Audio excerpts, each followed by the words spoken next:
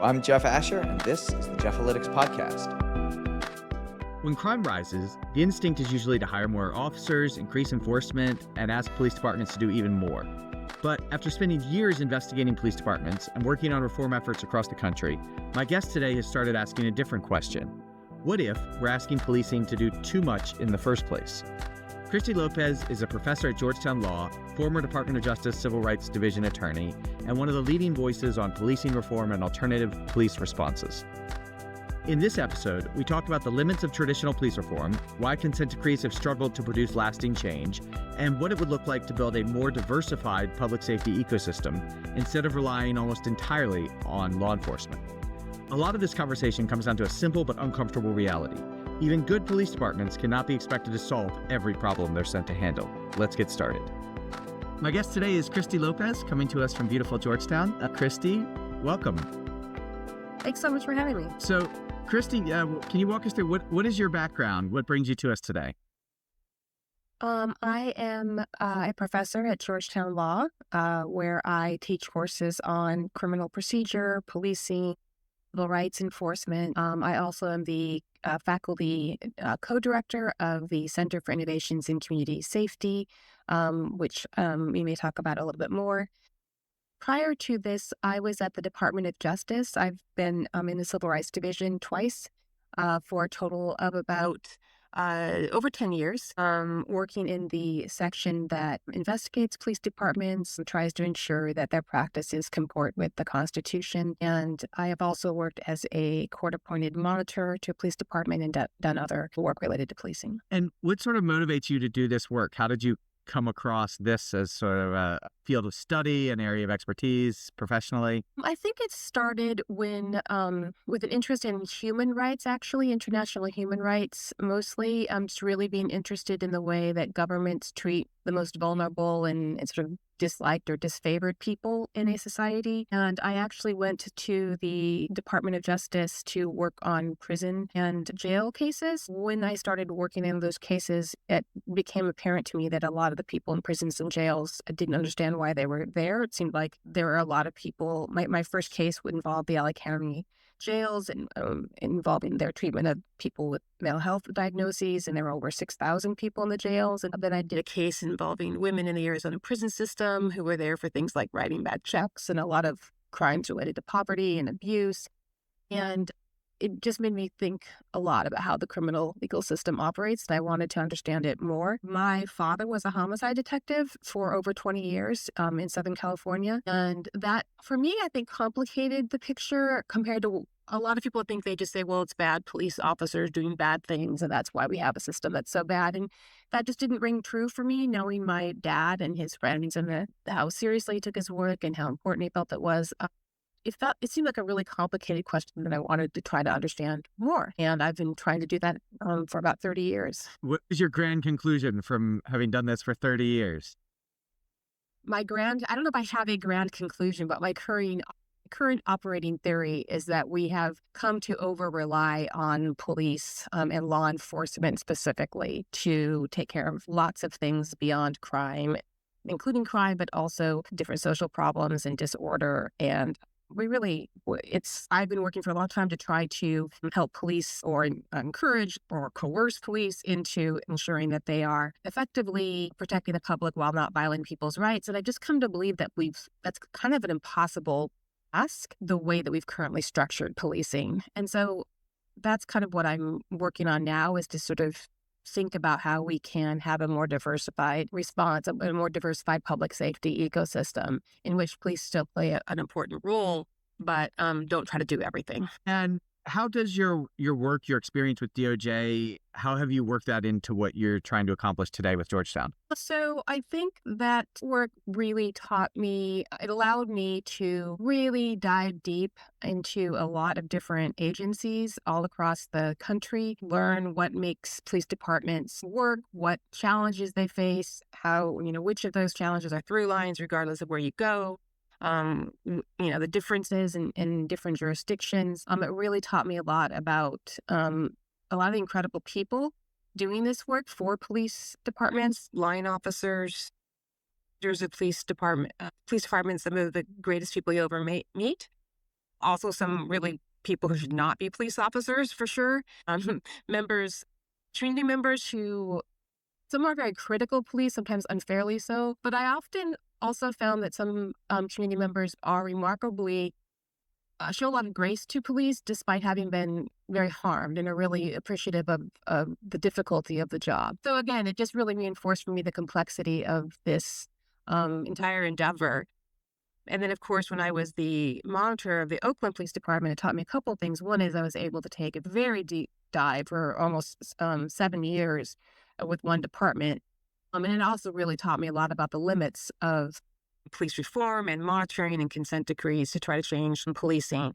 Those, if you'll recall, I'm sure you know, and I also investigated the New Orleans Police Department, and it's one of the reasons that we've had many conversations, Jeff, because you've done a lot of work there as well. And when you look at departments like that, you watch a lot of people working really hard to try to make things better, and you really realize how this is a problem that goes beyond sort of the will or the efforts of any individuals to fix it. There's something structural going on that we need to address.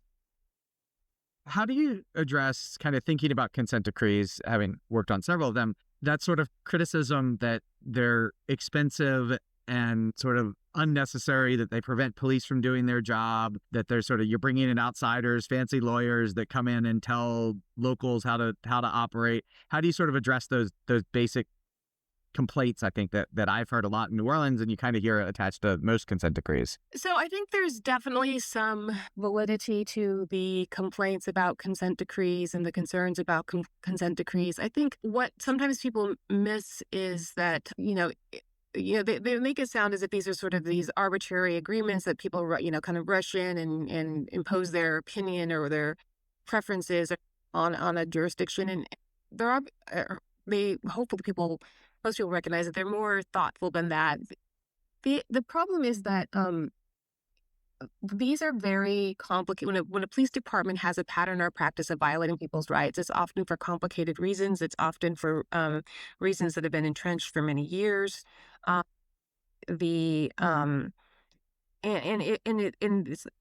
were easy to fix, or if the agency were able to do it on its own, it probably would have done so already. And so the idea that they don't need this, and you don't need to monitor, you don't need this level of oversight, well, then sort of belied by the fact that there have been, in most of these places, problems for a very long time, and they've been unable to be fixed in any other way. So I think that the job of consent decrees is to take on some of the hardest cases and try to correct some really harmful patterns. I'm working on an article right now with Joanna Schwartz where we're really talking about what consent decrees should look like in the future. I think one problem that people don't often recognize is that the statute isn't, in the grand scheme of things, that old, and it didn't get really started. It was passed in 95, really didn't get up and running until 2000.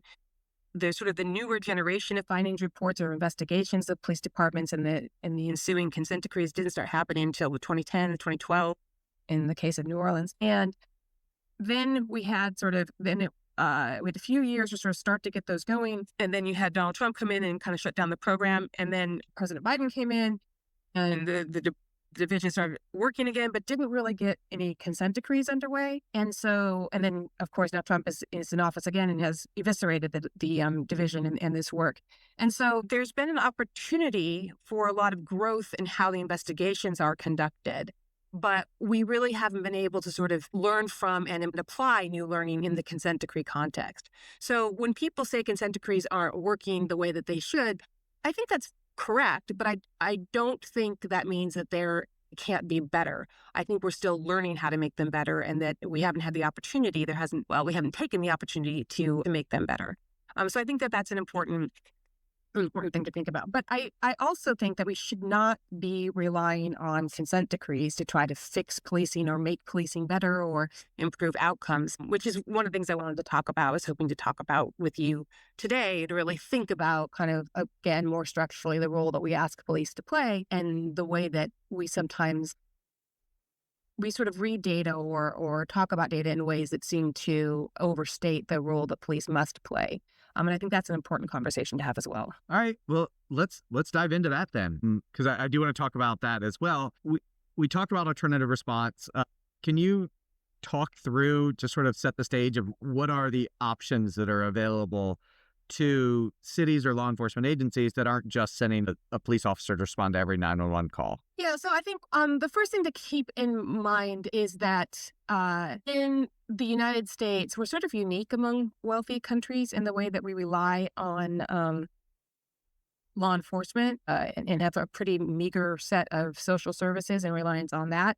And we also have some really high crime rates compared to other countries. And so we've done things in a particular way, and we've come to think of that as the norm, right? And so for example, we assume or we believe that in order to prevent crime and to address all the problems of social problems and disorder, that we really need to center police. And we really saw that with the spike in crime during the pandemic, right?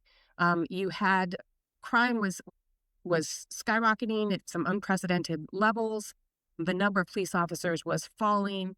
And, at least arguably, you could say, well, crime is rising because the number of police officers fell. And so now we need more, in order to make crime fall again, we need more police officers, right? So really buying all into that, centering the police as the answer to all of this. Now, of course, that narrative has lost some traction. Turns out law enforcement agencies didn't maybe lose as many officers as they thought they did. And some smaller agencies, in fact, they may have increased. They may have more officers now than they did before. As you and I have talked about before, there's not much of a correlation, even much less any sort of causal inference that you can make between the number of police officers and whether crime was going up or down. And now, of course, we have violent crime going down at unprecedented rates to unprecedented levels, even in places where you have fewer officers than pre-pandemic, Seattle, Philadelphia, Baltimore, DC, places like that. But we still need to, but that sort of myth or what I'll call false narrative is still there, and it's going to be retold the next time crime rises. Oh my goodness, we need to have more police officers. There's still a lot of disorder that people are concerned with and often gets conflated with crime. And people are sort of inaptly or perhaps in vain looking to the police to address. And importantly, we've got local governments who are right now facing some significant financial constraints, and they're going to have to decide how to spend, limited dollars. And so when I think about sort of alternatives, I think about, well, we could, we could just hire more police officers. And I know certainly in DC and in New Orleans, in many other places, we have examples of how dangerous it can be for that narrative to take hold, where crime is going up or disorder is still high. We need to hire more police officers, and we need them now. Certainly in Washington, D.C. in the 80s and 90s, there was a precipitous hiring spree, and there was a whole Washington Post series on how devastating that was. DOJ did an investigation of the department because of the problems that ensued. I don't know if you recall in the New Orleans findings report, we talked about how there were hundreds of officers hired in a relatively short time period after Katrina. There were about 400 officers hired in those 3 years. And NOPD lowered its hiring standards. They they asked the Civil Service Commission to score the written part of the exam, less vigorously. And we heard from lots of NOPD leaders that this had caused a generational problem of police officers who really shouldn't be police officers. So there's a real danger when we look only to the police to respond to crime spikes or to social problems. But even more than that, in some ways, that sort of sense that, we need someone to respond to these calls, it needs to be police. I think the problem with that is that it perpetuates this over-reliance on law enforcement to address crime. And in doing so, it sort of undermines efforts to modernize and to innovate in how we respond to crime. And that really brings us to sort of these other approaches. And so running through some of those other approaches, I do want to note that one, and I think you've talked about this as well, Jeff, but one of the ways to sort of shift some of this is to, even within police departments, that we put a lot of police activity on sworn officers. A lot of that could be done by non-sworn officers, what's sometimes called professional staff or non-sworn, right? It can be done, some of this work, I think, what you see sometimes when there are crime spikes is you see departments moving detectives into patrol, when in fact what you really need is oftentimes you need detectives out there solving cases, getting clearance rates, because that's probably the better thing. And so I do want to make clear that some of this can be done within police departments as well. Outside of police departments, you've got everything from CBI, community violence intervention. You've got what is called alternative first response or community crisis response. And you've got changes to the built environment. You've got providing other places to take people besides jails. And then you've got some hybrid sort of responses, everything from after school jobs to, Patrick Sharkey's done a lot of work on increasing nonprofits. And then, of course, that's even before we get to root causes. But that's just, I'm happy to talk about any of those in depth. But that's basically the list of what I'm thinking about when I think of ways to diversify the public safety portfolio. How can cities, one of the common complaints that I hear when thinking about those as strategies, alternative responses as strategies, is that a lot of times they'll implement a program and it'll be a drop in the bucket and it'll be effective or it'll be impactful, but you're talking about a tiny proportion of overall calls or a tiny proportion of mental health calls. How can agencies or cities scale these so that it's not a drop in the bucket, so that they are maximally impactful? Yeah, well, that takes us right back to the issue of sort of assuming that if we want more public safety services, that those services should come from police. Because when you look at these, and I'll take community crisis response or alternative first response, when you look at those, if you look at many studies, including there's almost half of call types could be safely addressed by non-police, and that 26% that those call types represent 26% of police hours, right? So that the potential for these units to take up a lot of the calls that are currently being handled by police is quite high. And when you look at some of the more mature crisis response, enterprise response unit like Albuquerque Community Safety Department, Durham, Hart, Denver Star, the limiting factors on their ability to respond is not that there are not enough eligible calls for them to respond to. It's that there are not enough people to respond to those calls. And that's just a matter of funding and demand, right? The same way that when crime goes up, you get legislators, politicians, sometimes community members saying, we need more police. Look at this, crime has gone up. We need to have a shift in mindset where people understand that like what they need is maybe not more police. They do need more government responders, but maybe that should be people in one of these community safety groups or these alternative first response teams instead of police officers. Those people can take the calls. These calls can be complicated. Police don't want to take them a lot of times. And they allow people who are specially trained for those sorts of calls to respond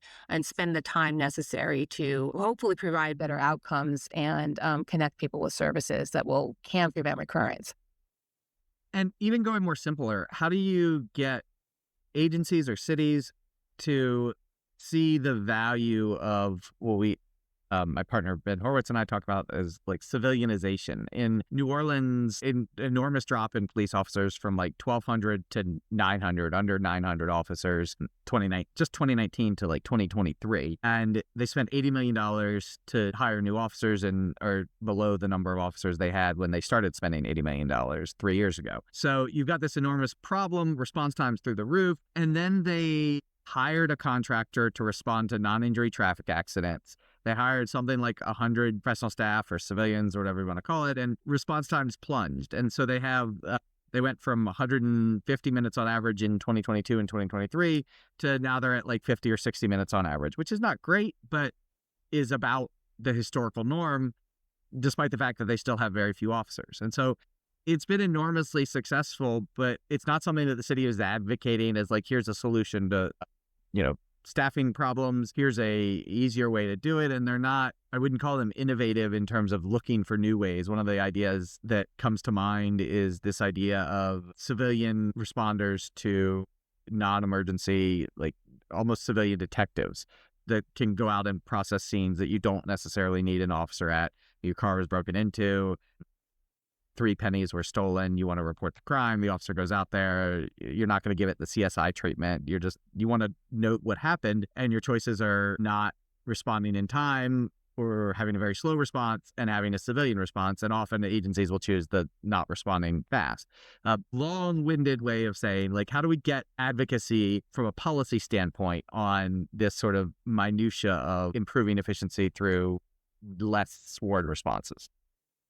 Yeah, no, I do think that is the question because there's so much evidence supporting these sorts of alternative responses and responses and shifting work even within police departments, as you're talking about, from sworn to non-sworn positions. There's so much evidence that this produces better outcomes, in on several different levels. And I think that there's, especially since 2020, problem has been, maybe since 2021, the problem has been to some extent that the conversation has been derailed by people accusing people of wanting to abolish police or defund police if you support any of these sorts of shifts.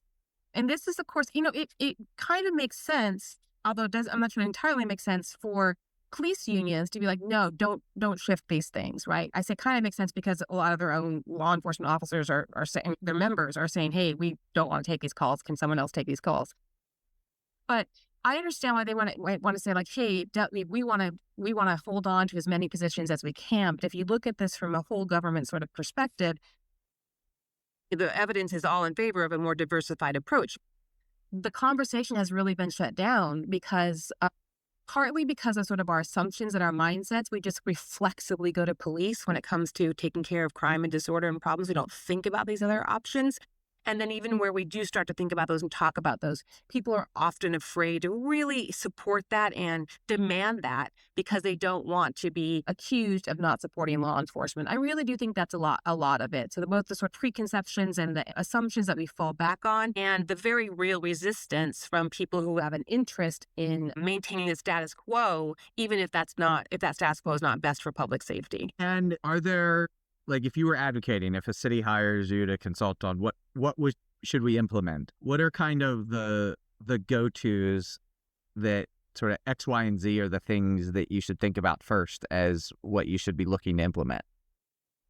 So one of the tricky bits, of course, is that there are 18,000 law enforcement agencies. Many of them serve the same jurisdiction, but in every city or county you're going to go to, you're going to have to look and see what that jurisdiction needs. You may have a jurisdiction where they actually need more police officers, or maybe they need fewer police officers, but they need to be better paid. But in a lot of places, you are going to need, again, a more diverse portfolio of public safety. And what I would look at, you would have to sort of see what is needed in that jurisdiction. But I would look at, what kinds of community violence intervention programs do you have? We've got focused deterrence. There's a lot of evidence, that indicates that's a much more efficient and effective way of reducing violent crime. I would look at what cognitive behavioral therapy types of programs they have. Jens Ludwig talks a lot about this in his new book, Unforgiving Places, about how valuable those programs can be. Roca is a similar program. He talks about becoming a man, but there's programs like this. So all of David Muhammad's work with kids has been amazing. So I would look, what are you doing in that realm that is adjacent to law enforcement but is different? And then I would look, of course, at and this is a lot of the work that we do at my center, the work with community crisis response. What kinds of call types are you able to take? Are you able to shift to a non-police responder? And I would encourage people to listen to the podcast that was done about Durham's HEART program, because it really starts off by addressing sort of the law enforcement concern about that program, and then indicating how much law enforcement came around once they realized how valuable it was. But it also indicates that that's not enough, and that you really do need some social service, sort of a social safety net, right? And so what you see in a lot of places now, sobering centers or sort of some kind of crisis stabilization centers all over, from Pennsylvania to Alabama, all over, these sorts of places are cropping up to kind of give you an immediate sort of, it's not the long-term social safety net, but it's an immediate social safety net. And of course, there are the things that we've always known about, and not always, but for some time known about, that we should be investing more in everything from streetlights. Liz Glazer has a piece in Vital City or maybe the Atlantic very recently talking about, hey, just, the built environment can really help, right? And so everything from redesigning public spaces, planting trees, fixing derelict buildings, street engineering, all these sorts of things I would be looking to. And then I think what I call the hybrid programs, I would be looking at like, well, what, summer youth employment programs. I always think about Scott Thompson, the chief in Camden, a very challenged community in New Jersey, telling me that he would trade 30 officers for another Boys and Girls Club. That's a police chief who sees the value in some of these non-law enforcement ways to prevent and address crime. And then, I think it makes sense in that this is not as attractive to legislators often because it's more long-term. But if you look at John Roman's sort of analyses of these, and Brendan Beck has a piece in the Annual Review of Criminology really talking about, basically, we need to stop hand-waving at the importance of addressing root causes if we want a sustainable way of preventing crime. And so, I grew up in the 80s. I'm very aware of how cynical people have been for a long time about trying to prevent crime through addressing root causes. But there's a lot of evidence that housing and education, employment, those sorts of things, that's the way you sustainably keep crime down instead of expecting police to do it all through arrests. And, that's not a long-term plan for success. So what do you see as the path forward from here on policing reform, improving policing, continue to sort of move the ball forward? Well, there's certainly nothing predetermined. I think as with so many things in the world right now, where it sort of feels like we're on the cusp and things could fall either way. And so I don't think that there's, we shouldn't take anything for granted. I mean, we just need to decide, are we going to try to be the best versions of ourselves, or are we just going to fall back on tried and true methods, even recognizing some of the very real harms, things like, sort of mass misdemeanor arrest programs and mass incarceration have on communities, the racial inequality they result in. The way that we have been policing has not had as strong of an influence on keeping down crime as one would expect for something we invest so much in, and it has had a lot of harm. So is there a way that we can rethink the way that we are approaching public safety? And I think that the path forward really is to sort of look at some of the programs that are being piloted, invest more in the ones that are shown to be promising. We can't demand, of course, a randomized controlled trial before we try the new things or we invest in new things. Just as we haven't required a randomized controlled trial with policing. We have to sort of just really look at what's promising, try that out and see how it goes. And I think that's, we just have to opt for a more constructive and positive approach to public safety, and sort of use police for that sort of judicious, sort of try to get policing to be that sort of, our police are the ones who we give the authority to use force, including lethal force. Let's make sure that they're able to do that when we need it and do so in a way that is most judicious and restrained and effective. And really try to have a more sort of specialized and diverse toolkit that we can respond to these problems more fully. I think that might require a sort of, right now police are kind of a multi-tool, right? They go out to the scene and they kind of assess it and see what is needed. Some of that might need to happen more at the stage where the 911 call comes into dispatch. So really trying to make sure that our dispatchers are better at sort of making those calls, but also we might need some sort of non-police sort of generalist to go to those sorts of calls and do those sorts of assessments. And I guess the big question from where you sit, is there a way for DOJ to become involved again? Like, I know that the Civil Rights Division has obviously been sort of eviscerated at this point. Is there a way to rebuild this and effectively continue what was before or improve on what was before? So there theoretically is. I don't know if it's going to happen or how long it's going to take. I think the Department of Justice has lost a lot of legitimacy for, appropriately so. And so I think it can and should take a while to rebuild that legitimacy. And, and there were always communities who didn't have much trust in the department already. And so I think it's going to be a effort at rebuilding trust and legitimacy, and also just being willing to try some new, bold ideas. And I think that is going to require I think the Department of Justice is going to have to relinquish some control over these agreements under these reform efforts, and really empower local communities, including police departments and the communities who are impacted by policing, empower them to develop more of these solutions for themselves and support them in that. And again, that's a whole other conversation. I'm working on how that happens right now, but I think that that's the role for them, is really kind of having a little bit of humility and really figuring out how it can best empower local communities to sustain reforms on their own. And then my last question is just, and I started asking this to all my guests, but what role do you think that AI can play in improving your work, or kind of this broader idea of police reform in general? I'm not as I certainly have lots of concerns about AI, as we all should, right? It's certainly, again, who knows how it's all going to turn out. It's going to depend on a lot of choices that people make. But I do think there's some potential there. There's some opportunity there for some real gains.